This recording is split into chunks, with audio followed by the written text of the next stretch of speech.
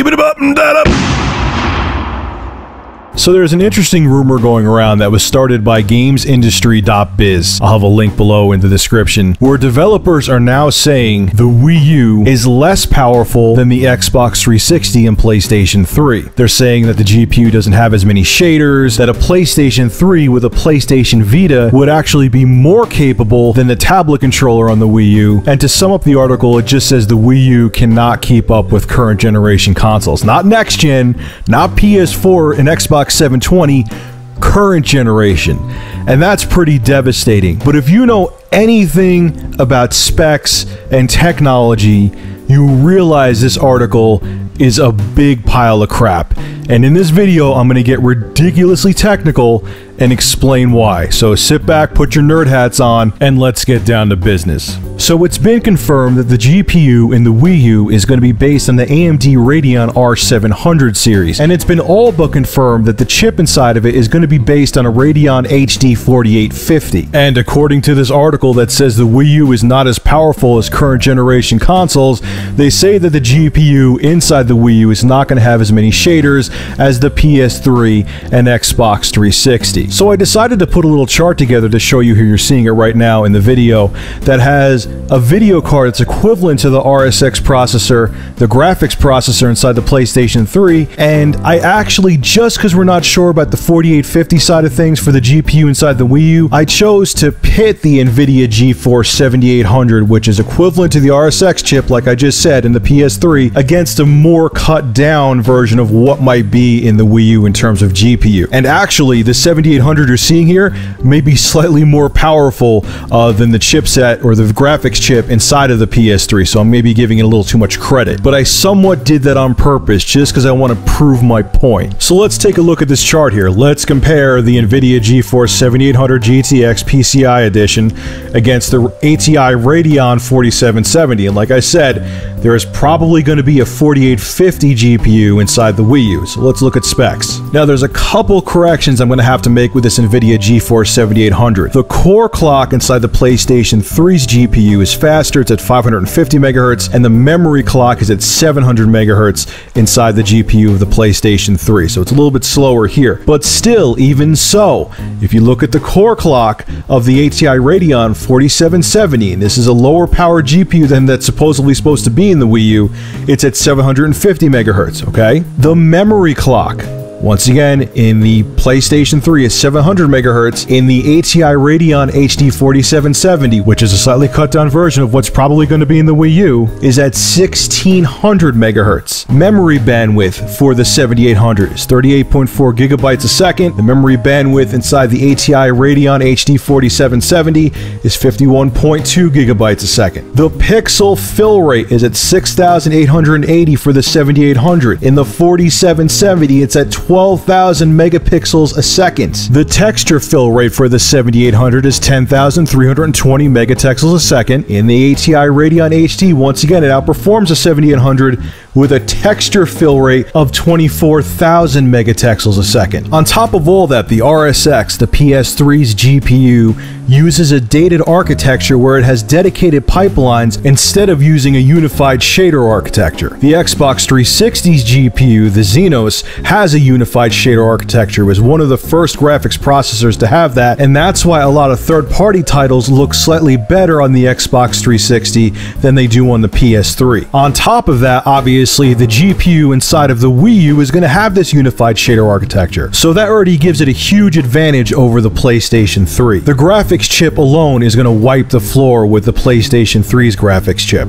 Now let's compare a graphics card which is equivalent to the Xenos GPU in the Xbox 360. At the time of the Xbox 360's release, ATI stated that the Xenos GPU inside of the console is equivalent to an ATI Radeon X1800/X1850, so the video card I have up on the screen is pretty much on the money. The only difference is that the core clock on the Xenos GPU is slower, coming in at 500 megahertz, and the Xbox 360's 512 megabytes of GDDR3 is also slower, coming in at 700 megahertz. The core clock and the memory on the ATI Radeon X1800 XT that's pictured here are faster, with the core clock coming in at 625 MHz and the memory being clocked at 750 MHz. So once again, let's compare the Radeon X1800 with the ATI Radeon HD 4770. I will repeat again, more than likely this chip is watered down compared to what will actually be in the Wii U. So the core clock of the Xenos CPU, like I just said, is 500 MHz. Now the core clock of this ATI Radeon HD 4770, which is slightly more anemic than the chip that actually will be in the Wii U, is clocked at 750 MHz. That alone makes the 4770 50% faster than the ATI Radeon X1800 XT. And on top of that, the 4770 is DirectX 10.1 compliant. The Xenos CPU in the Xbox 360 and the ATI Radeon X1800 pictured here are only DirectX 9.0C compliant. So that alone makes the R700 series GPU that will be in the upcoming Wii U much more powerful than the current generation. Let's continue. Now the Xbox 360 has 512 megabytes of shared GDDR3 memory. Both the main processor and the graphics processor pull from one pool of memory. That GDDR3 memory, like I said before, is clocked at 700 MHz. The ATI Radeon HD 4770 that I have pictured here that represents the Wii U is clocked at 1600 MHz. So not only is the memory in the ATI HD 4770 over double the speed of the memory in the Xenos GPU in the 360, the 4770 also has GDDR5 memory as opposed to GDDR3. GDDR5 is the memory that all current generation video cards and computers use, and to make a long story short, GDDR5 is much faster than GDDR3, and the Wii U's graphics processor is going to use GDDR5, giving it another advantage over the Xbox 360 and PlayStation 3. The pixel fill rate of the ATI Radeon X1800 is 10,000 megapixels per second, and the pixel fill rate of the ATI Radeon HD 4770, the chip that's equivalent to what will be in the Wii U, is 12,000 megapixels a second. The texture fill rate for the ATI Radeon X1800, once again this is equivalent to the Xenos GPU in the Xbox 360, is 10,000 megatexels a second. The ATI Radeon HD 4770, I know I sound like a broken record, this is the GPU that's equivalent to what will be in the Wii U, has a texture fill rate of 24,000 megatexels a second. That's over double the performance. Again, just like when we compared the RSX GPU in the PlayStation 3 to the potential GPU in the Wii U. And keep in mind, the ATI Radeon HD 4770 is probably watered down compared to what will be in the Wii U. The HD 4770 absolutely dominates the Xenos GPU inside the Xbox 360. Now let's move on and compare the main processors in the Xbox 360 and PlayStation 3 to the CPU or main processor that will be in the Wii U.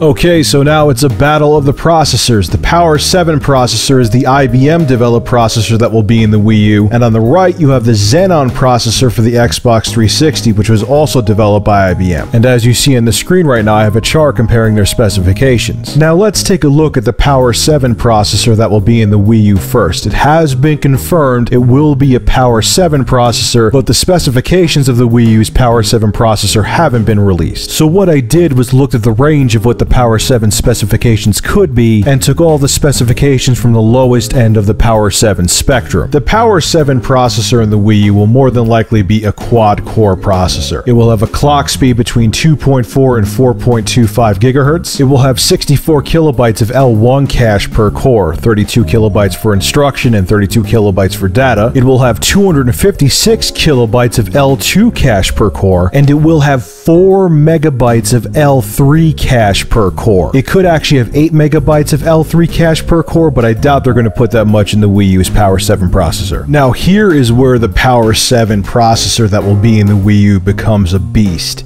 Each core can handle 4 threads of code at once. That means the Wii U processor will be able to handle 16 threads of code simultaneously. That is insane. Hell, if you have a quad-core Intel Core i7 processor, it can only handle 8 threads of code at once. So Nintendo isn't screwing around when it comes to their CPU in the Wii U. Now let's take a look at the Xenon CPU in the Xbox 360. This is a triple-core processor which has a clock rate of 3.2 GHz GHz. It has 64 kilobytes of L1 cache per core, 32 kilobytes for data and 32 kilobytes for instruction, and it has a measly 1 megabyte of L2 cache, and that's not per core, that's for the whole processor. On top of that, the 3 cores in the CPU of the Xbox 360 can only handle 6 threads of code at once. That equates to 2 threads of code per core. So let's compare, shall we? The Power 7 CPU in the Wii U is going to have at least 16 megabytes of L3 cache. The Xenon CPU in the Xbox 360 doesn't even have L3 cache in it. The Power 7 CPU, like I said before, is going to be able to handle 16 threads of code at once. The Xenon CPU in the Xbox 360 can only handle 6 threads of code at once. You don't have to be a rocket scientist to realize which processor is more powerful. Now let's compare the Power 7 CPU to the Cell processor in the PlayStation 3.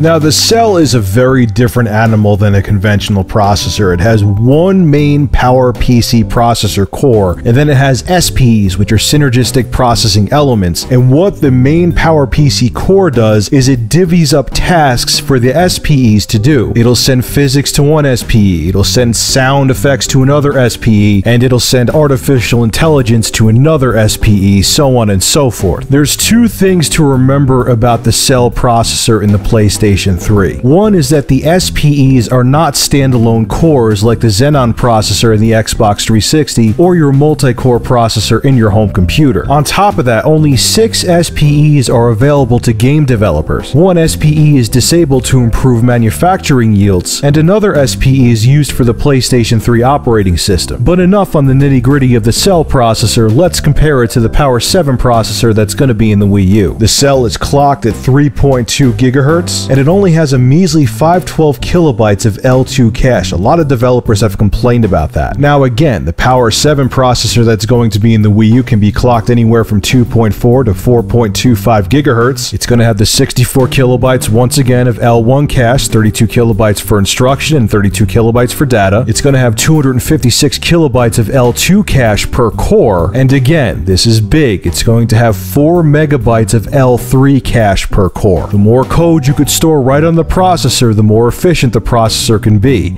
That's why cache is so important. Then on top of that, compared to the convoluted setup of the Cell processor, the Power 7 processor is going to have 4 fully functioning independent cores, and each core can handle 4 threads of code. That adds up to 16 simultaneous threads of code that could run at a time on the Power 7 processor. In contrast, the Cell processor can only handle 6 simultaneous tasks. And due to the fact that the SPEs are not individual cores and rely on the PowerPC element in the Cell, it becomes a huge challenge to program for. And the only developers that utilize what the Cell is truly capable of is first-party developers like Naughty Dog and Guerrilla Games. So once again, even if the Wii U only uses the entry-level quad-core Power 7 processor, its capabilities destroy the Cell processor, hands down. Now let's wrap this video up and I will give you my final thoughts. The reason why I made such a detailed video like this is to make a point. 1, don't believe every rumor that you hear. And 2, it would be a moronic business move and almost impossible for Nintendo to make the Wii U less powerful than the current generation consoles. I mean, hell, if Nintendo went to Nvidia and asked them to use the 8800 GT, which is now a 5-year-old GPU, it would still blow away the graphics processors that are in the Xbox 360 and PlayStation 3, and it's 5 years old and costs next to nothing now. Anyway, ladies and gentlemen, I hope you enjoyed this very detailed video on the hardware specs of the Wii U and why it is going to be more powerful than the Xbox 360 and PS3. Make sure to leave your thoughts in the comments section below, rate and subscribe, and as always, thank you for supporting Review Tech USA. News stories will resume tomorrow. And dear Lord, I'm gonna need a beer after making this video.